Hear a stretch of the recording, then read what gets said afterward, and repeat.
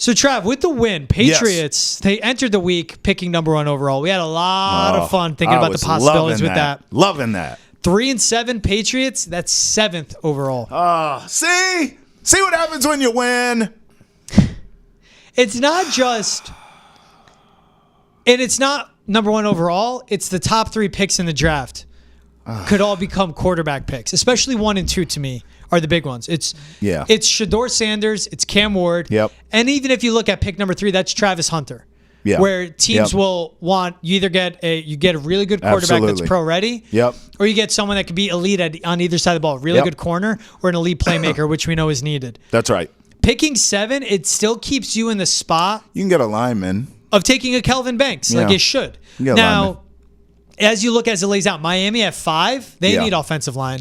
Yeah. Do they go Will Campbell? Maybe they do over Kelvin Banks, we'd see. Maybe. And Will Campbell is projected as a guard at the next level by a lot. You don't want a guard if you're picking 7th overall.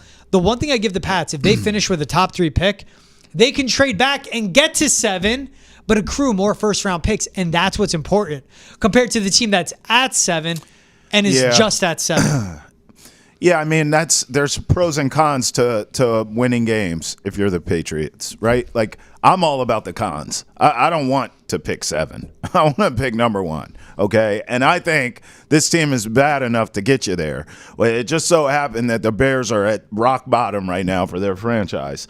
But, listen, I don't want to see – I'm just going to tell you flat out. I don't want to see a 5 or 6 win Patriot season. This team's not that damn good. They need – a higher draft pick. Now, if it's not number 1, okay, fine. If you're telling me they're not the worst team, fine. But at the same time, I do understand the pros of winning right now, if we're going to go pros and cons, because obviously we just talked about it. You don't want your team to give up on your coach. And you and everyone else tells me that Gerard Mayo ain't getting fired, okay? So if this guy's going to be here, you need your team, your franchise needs to believe in that man leading you, okay? Yes. And that's what winning does. Winning creates that. I also think it sends a message to other players because you got mad money to burn, baby. So you're sending that message to other players, hey, come to New England. It is not an S show there. Their head coach has that program moving in the right direction. That young quarterback, Drake May, has that program moving in the right direction. And they have buku bucks to spend. A lot of cap space. And there's chowder and lobster rolls. I'm going there. That's what you want, and that's what winning does. So I understand that, but I'm greedy. I mean, I want a top 3 pick so that you can trade back, because you're right.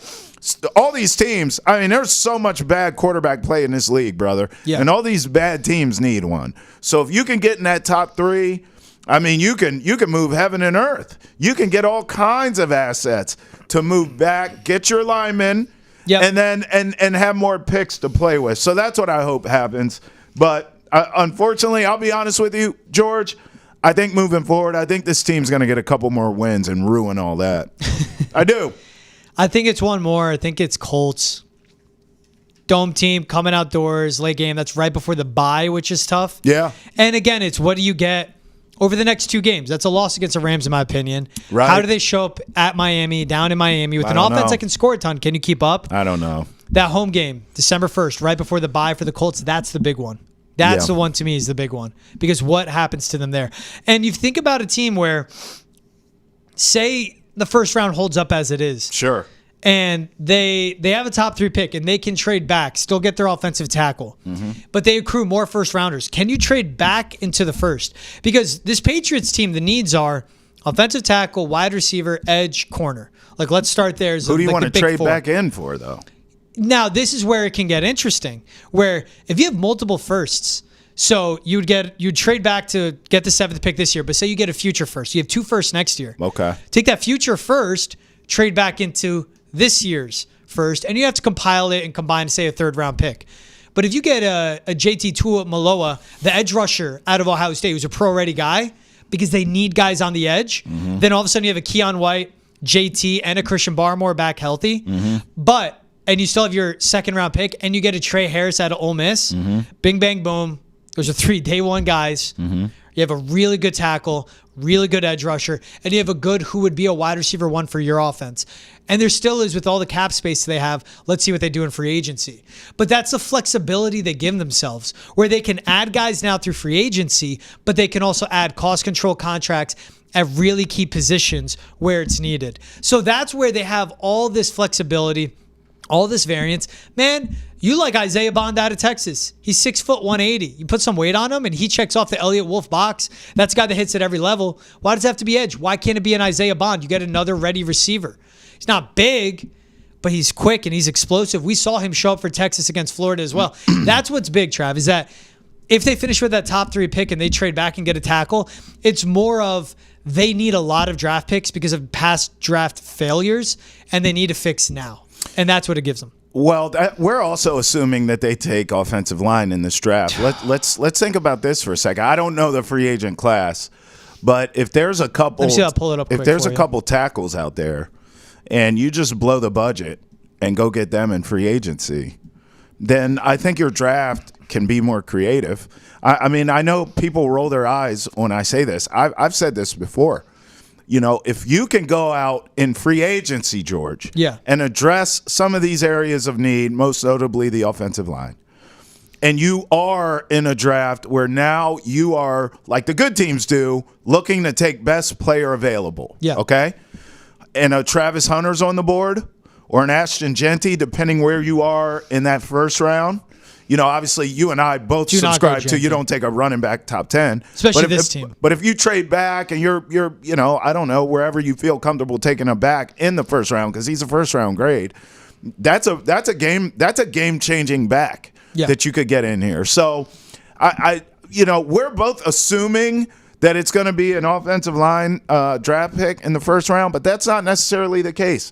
If they can get a couple guys in here in free agency, maybe you don't have that urgency to take that. You could take it later for depth, but you may not need to take a tackle, you know, top 5 or whatever. You may have a little more creativity there. What would have been big is the guys that they possibly could have got, like a Chris Godwin was going to be a free agent. Then he tore up his leg. Well, like I'm speaking to the offensive line free agents. It's Ronnie Staley is going to be a free agent. He's over 30 years old. Like, who knows how good. Older. And I think the Ravens should bring him back. You would think. Like the key free agent names, just on like the list, Tyron Smith, he's old. You do not want to bank on him. And that's a thing too of if Kelvin Banks can be a cornerstone guy of the franchise and you hit on him, that's what's huge. And I think he can be that at the next level. Over 300 pass block snaps, just 3 pressures and 1 sack allowed. And the hit rate at the top of the draft on a tackle is a lot higher than a wide receiver. Sure. And keep this in mind of, again, we have to see what the room looks like and what the leadership is. A Deontay Johnson is going to be a free agent. To me, I'm never going to back off the T. Higgins pursuit. 6'4", big body receiver, big catch radius, really good. Is he a wide receiver 1 everywhere? No. But if you get a bunch of good receivers and you have a complimentary room, he's a wide receiver 1 for you. Hey, bro. Him not having a good season is the best thing to happen to the Patriots because he's going to want to go to the market, still demand number 1 money, and other teams are going to say, screw you, we ain't giving you that. And the Patriots are desperate enough to do it. There's a lot there. Man, if they just do a prove-it deal with an Amari Cooper, as he's a rental for Buffalo, but they need more. They need long-term, and that's what a T. Higgins can be, someone at his age. And then, again, you go get a Trey Harris in the draft. You get a Alec Oyomanor out of Stanford. I'm very in between on him. But it's these complementary pieces. Tackle, wide receiver, edge should still be the priority. They're going to need running backs too, but we would see who would be out there as well. That is the thing of you hit free agency, then you have the draft, and you go from there. There's a lot of flexibility for what they can work with. I think that's what's important. It's a beautiful flexibility to have because you know what you're not looking for? A quarterback. The football gods have shown favor to the New England Patriots. When you're talking all the stuff you're talking, trenches, skill position guys. You never have to go. You can make it happen. You can make it happen. One off season, if you get everything right, can change it all. But when you are searching for that quarterback, brother, I imagine it's like trying to find true love, man. I mean, it feels like you're doing it for a lifetime. Some people never get it, right? That's how it is trying to find a franchise quarterback. And I'll be doggone if the Patriots got it right because this kid Drake May is the truth. He is, man. I believe in him all the way. Look, Everything else is easier then, George. The pros are you learn how to win, builds confidence, builds a culture. The cons are for a team that needs a correction in so many spots. They need a high draft pick. Yep. To make sure they get the tackle they want. Like you want whatever tackle you want, you need that. You got to get because them. the offensive line's that bad. And B, to get the assets because it takes draft, it takes free agency, where we know they're going to have the cap space to capitalize on what they have Drake May at quarterback.